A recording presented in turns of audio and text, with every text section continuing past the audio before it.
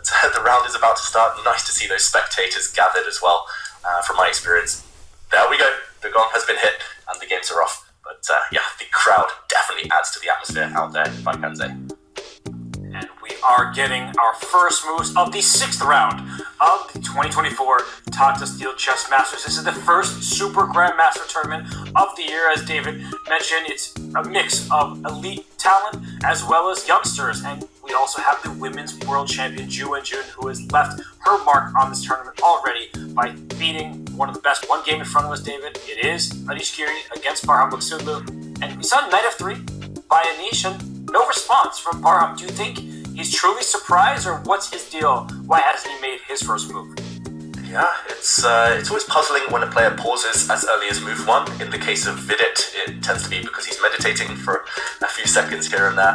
On the mornings, you just want to turn up, do your thing, and hope your luck changes. But it's very surprising to see such indecision this early, and in the end, it's the D pawn instead. So a more solid approach, avoiding any potential transpositions to the Sicilian. And Anish, okay, he doesn't go back into a queen's pawn opening. It is a pure reti. Pawn to g3. He's getting ready to fianchetto his bishop, and a slower start to this game.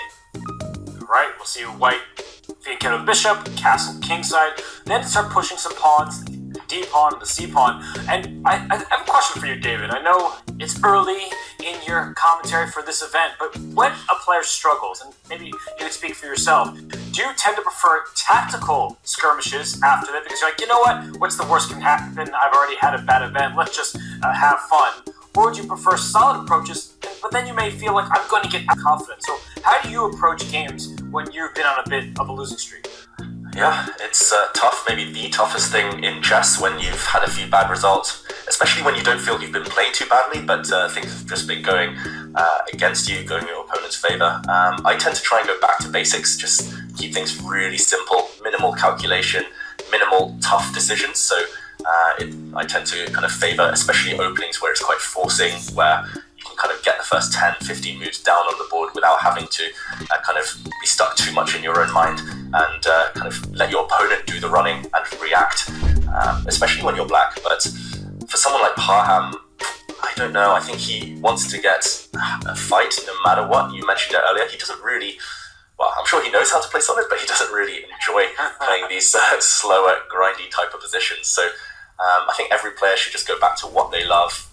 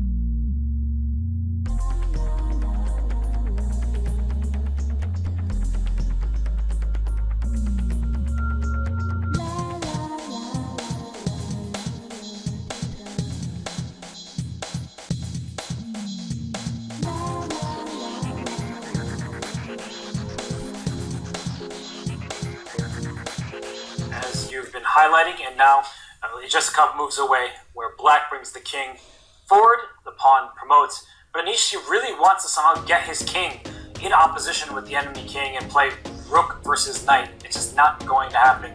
And for Parham, he probably can even bring his king on over to a2. That might be the simple path. It doesn't matter, c2 or a2, but king b3, you no longer have to shoulder with your pawn so far advanced. I would shoulder here with king to d3 just to keep the white king too far away. Just not allow it any closer to the pawn. You shall not pass. But yeah, as you mentioned, Robert, at this point, every path leads towards a draw. As long as the black king gets to c2 or a2 in time, this is over. And there we go, king to d3. And Anish resigned to the fact this is now a draw. He's going to give up the rook for the pawn. We'll see king versus king. And the handshake any second now. There we go, it's a draw.